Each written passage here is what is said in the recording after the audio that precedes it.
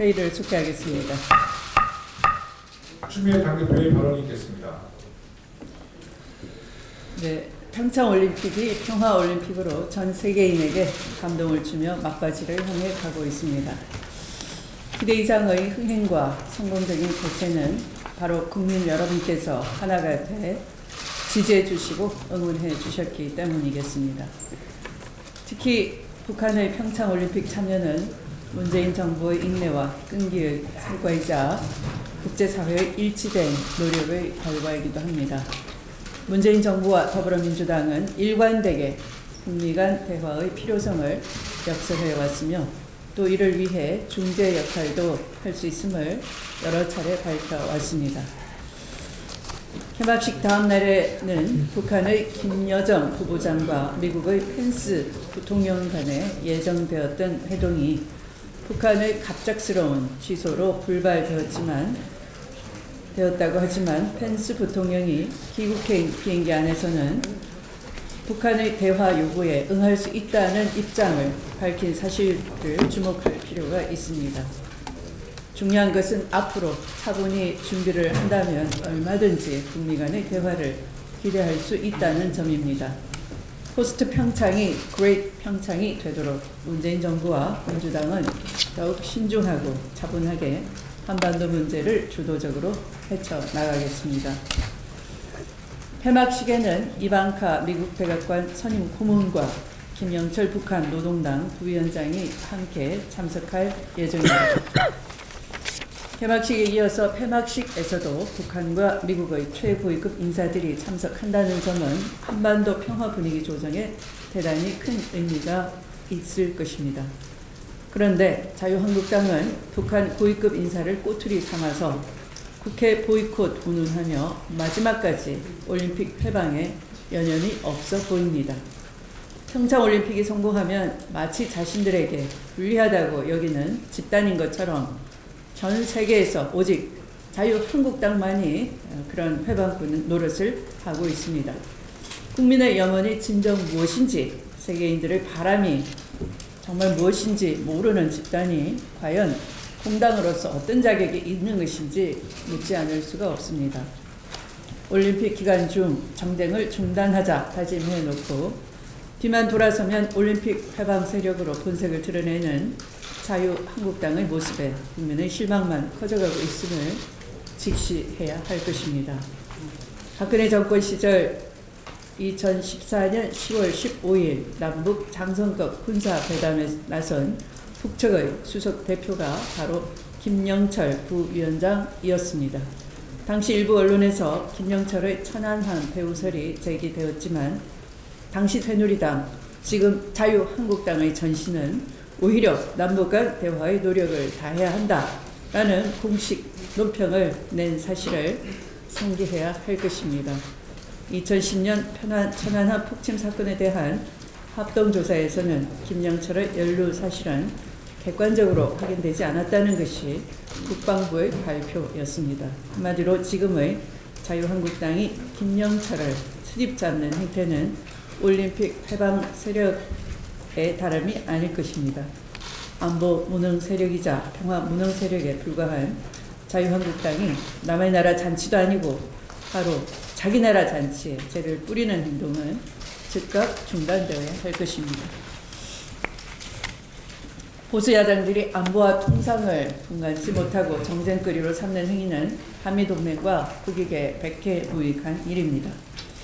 민헨 안보회의에서 미 중로의 대표자들은 한반도 평화의 외교적 해법과 우리 정부 대화 노력에 적극적인 노력을 보냈습니다. 적극적인 지지를 보냈습니다.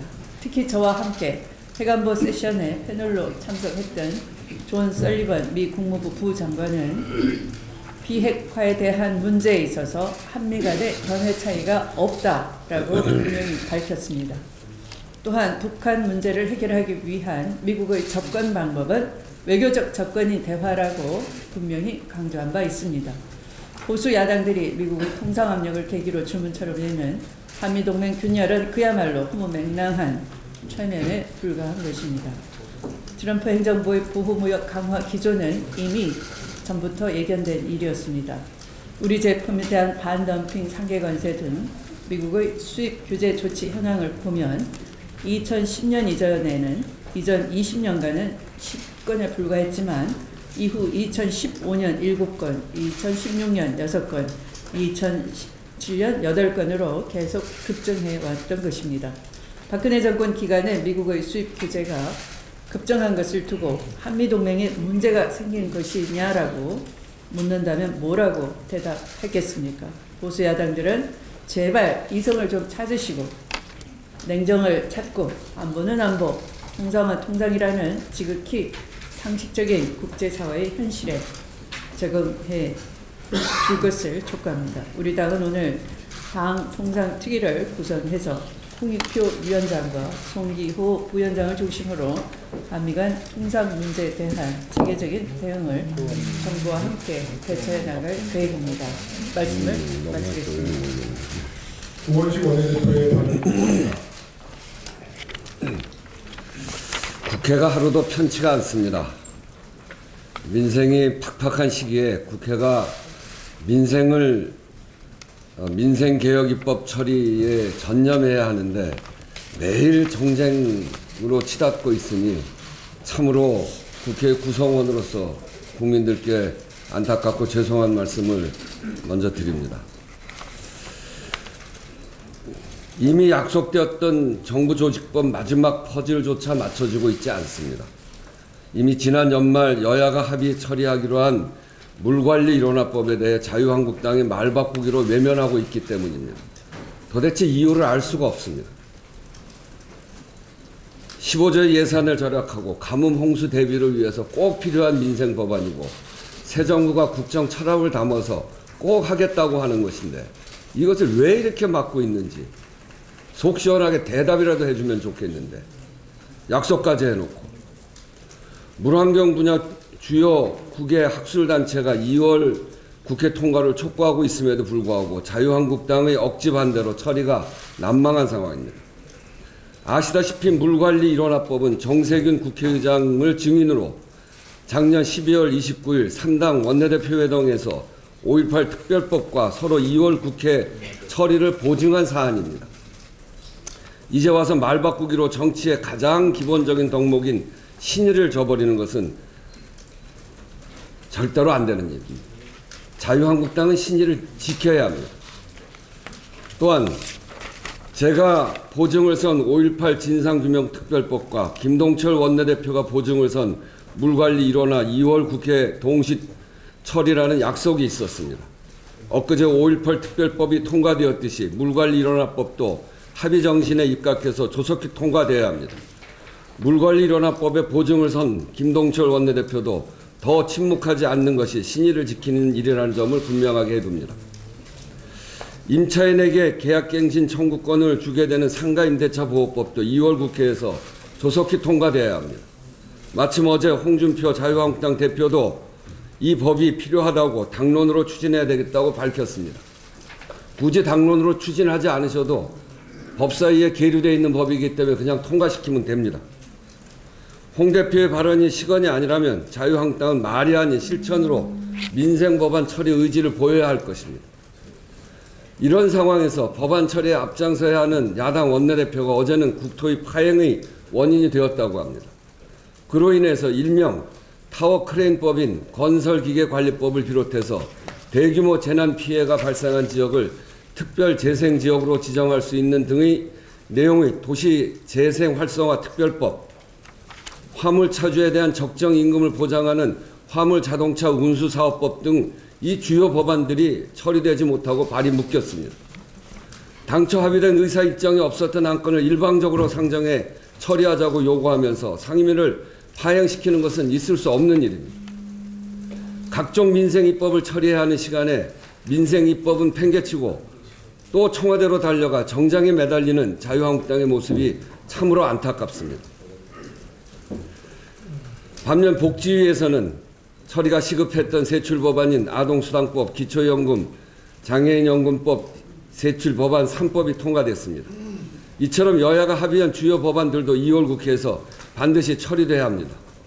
제 파트너들인 야당 원내대표들께 다시 제안드립니다.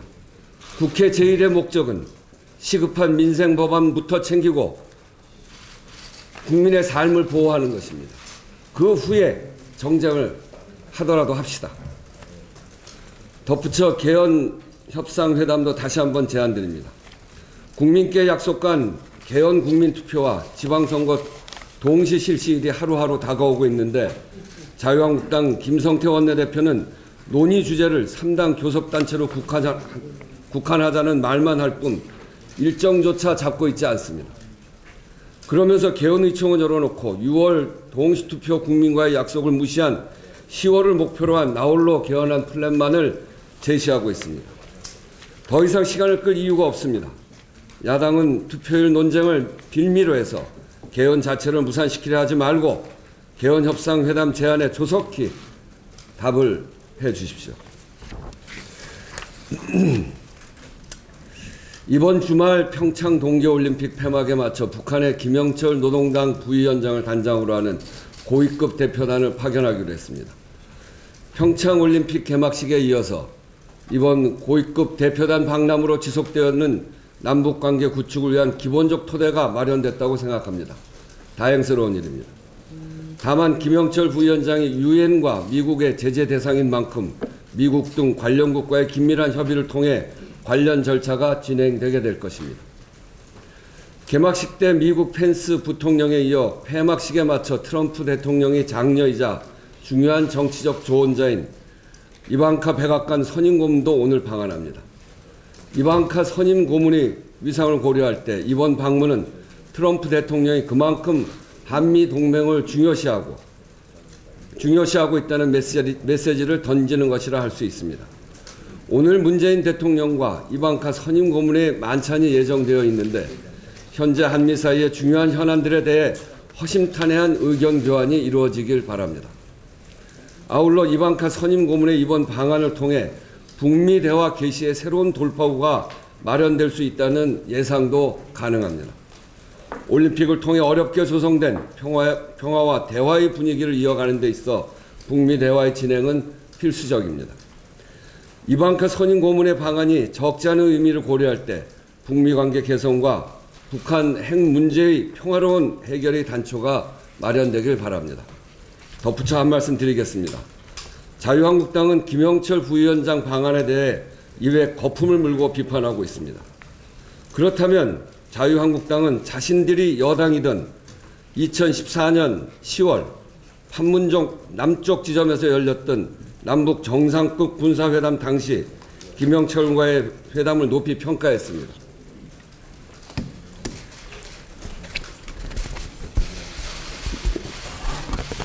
이 사진인데요. 이분이 북측 대표인 김영철 씨고 이분이 우리 측 대표인 유재승 국방부 국방정책실장입니다. 2014년 10월 15일 날 판문점의 남측 쪽에서 만났습니다. 지금처럼 한다면 그때 했어야 되는 거 아닙니까? 네. 그때 새누리당이 그 다음날 2014년 10월 16일 날 이렇게 논평을 했어요. 남북대화 꾸준히 이어나가길. 또 어제 판문점에는 장성급 군사회담이 비공개로 개최되었다. 비록 현재 남북관계가 대화와 도발의 국면을 오고 가는 상황이긴 하지만 대화의 시도가 끊임없이 이루어지고 있는 일련의 상황들을 매우 기쁘고 매우 바람직하다. 남북 갈등 해소와 평화 통일 등 어렵고 복잡한 문제들을 풀기 위해서 대화부터 시작해야 한다. 오해가 있으면 풀고 이견이 다르면 조정해야 한다. 이게 김영철 북쪽 수석 대표와 우리 대표가 판문점의 남측 지점에서 만나서 한 회담에 대한 자유한국당 전신 새누리당의 논평입니다. 전 그래서 한 가지 묻고 싶습니다. 자신들이 여당일 때 높이 평가하던 그 회담의 당사자인 2014년의 김영철과 지금은 거품을 물고 맡고 있는 2018년의 김영철은 어떤 차이가 있는 겁니까? 그것부터 좀 해명을 하시고 막아야 되는 거 아닙니까? 동명이인이래요? 아니야. 그냥 해본 소리예요. 이번 일을 핑계 삼아서 국회를 또다시 정쟁의 장, 민생입법 거부 핑계로 삼으려는 시도를 즉각 중단하시기 바랍니다. 정말 이성을 찾고 무엇이 한반도 평화에 이바지하는 길인지 심사숙고하시기 바랍니다. 빨리 국회로 돌아오십시오. 한 가지만 더 하겠습니다. 제 좀 길죠? 22일 국정농단을 방조한 혐의로 재판에 넘겨진 우병우 전 민정수석에게 징역 2년 6개월의 실형이 선고되었습니다. 헌정 질서를 유린하고 민주주의 가치를 짓밟은 국정농단 사태의 핵심 협력자이자 방조자로서 이 같은 재판부의 판결은 당연한 결과입니다. 우 전 수석은 재판 결과를 겸허히 받아들이고 국민 앞에 사죄해야 할 것입니다. 아울러 다시는 제2의 우병우 사태가 재발되지 않도록 검찰 권력을 분산시키는 제도적 제어 장치를 하루속히 마련되어야 합니다. 하지만 안타깝게도 현재 국회 사법개혁특별위원회가 출발한 두 달이 지나도록 소위조차 구성하지 못하고 있는 실정입니다. 자유한국당은 사법개혁특위를 왜 구성하자고 하는데 동의했습니까? 이렇게 방해만 할 거면 하지 말자고 하시죠. 국민 앞에서 하자고 약속해놓고 두 달이 지나도록 소위조차 구성하지 못하게 하면 그게 하자고 한 그 뜻이 방해를 위한 것이었습니까? 사개특위 활동 시한은 오는 6월까지입니다. 시간이 많지 않습니다. 마침 오늘 사개특위가 기간보고에 들어간다고 하니 조속히 소위를 구성하고 사법개혁 논의에 더욱 박차를 가해 주시기 바랍니다. 특히 검찰 내 성추행 사건, 강원랜드 채용 비리 등 최근 전현직 검사들의 비위 행위가 드러나면서 검찰 개혁에 대한 국민 여론이 매우 높은 상황입니다. 감시의 무풍지대에 놓인 검찰의 권한을 분산하고 확실한 개혁을 이루기 위해서 공수처 설치를 더는 미룰 수 없습니다. 야당의 대승적 협조를 바랍니다. 감사합니다. 윤관석 최고위원을 발언드리겠습니다. 예, 지혜 관련해서 한 말씀 드려야 될 것 같아서 신청하겠습니다. 어제 김동연 경제부총리가 GM 정상화를 위한 3대 원칙을 밝혔습니다. 정상화를 위한 대주주의 책임과 역할, 주주, 채권자, 노조 등 이해관계자의 고통분담, 장기적 경영 정상화 방안이 김동연 부총리가 밝힌 세 가지 원칙입니다. 정부와 여당의 원칙 있는 대처가 한국 GM 살리기에 초석이 될 것입니다. 민주당은 이미 당내에 한국 GM TF를 설치하고 연속적인 간담회 개최와 협의, 정부의 원칙 제시와 경영 상태 실사 등 발빠른 대처와 원칙 있는 내용 제시로 16만 근로자들을 지키는 중요한 버팀목을 만들어 갈 것입니다. 앞으로 정부가 산업통상자원부로 GM 대책 관련 업무를 일원화하고 이미 밝힌 3대 원칙 아래 협의를 진행하고 있는 만큼 국민이 납득할 수 있는 눈높이에 맞는 긍정적인 결과가 나올 것을 기대합니다. 오늘 오전 11시에 당대표 주재로 긴급경제 통상대책회의가 잡혀있는 것으로 알고 있습니다. 여기서도 노동자들을 안심시키고 또한 근본적인 사태를 해결할 수 있는 대책들이 논의될 것으로 기대하고 있습니다. 이러한 정부와 여당의 노력에도 불구하고 어제 인천에 GM 관련 부품 업체를 찾은 자유한국당 홍준표 당대표는 여전히 이 문제에 관해서도 친북 타령만 늘어놓았습니다. 홍준표 당대표는 지금 미국이 우리한테 통상 압력을 가하는 본질은 정부의 친북 정책을 벌이라는 데 있다. 인천 같은 경우에 철강과 한국 GM에 직격탄을 맞게 될 수도 있다라는 궤변만 늘어나왔습니다. 위기 상황을 해결하기 위한 노력은 뒤로 한 채 궤변과 친북 타령만 하는 제1야당 당대표를 국민들은 도저히 이해할 수 없고 부끄러워할 것입니다. 아울러 국가적 어려움을 당리당략에만 이용하려는 자유한국당, 모든 문제를 앵무새처럼 친북, 좌파 타령만 하는 홍준표 당대표에 대해서 국민들은 이번 평창 올림픽에서 보여주는 팀워크와 페어플레이를 요구하고 있다는 것을 다시 한번 촉구합니다. 감사합니다.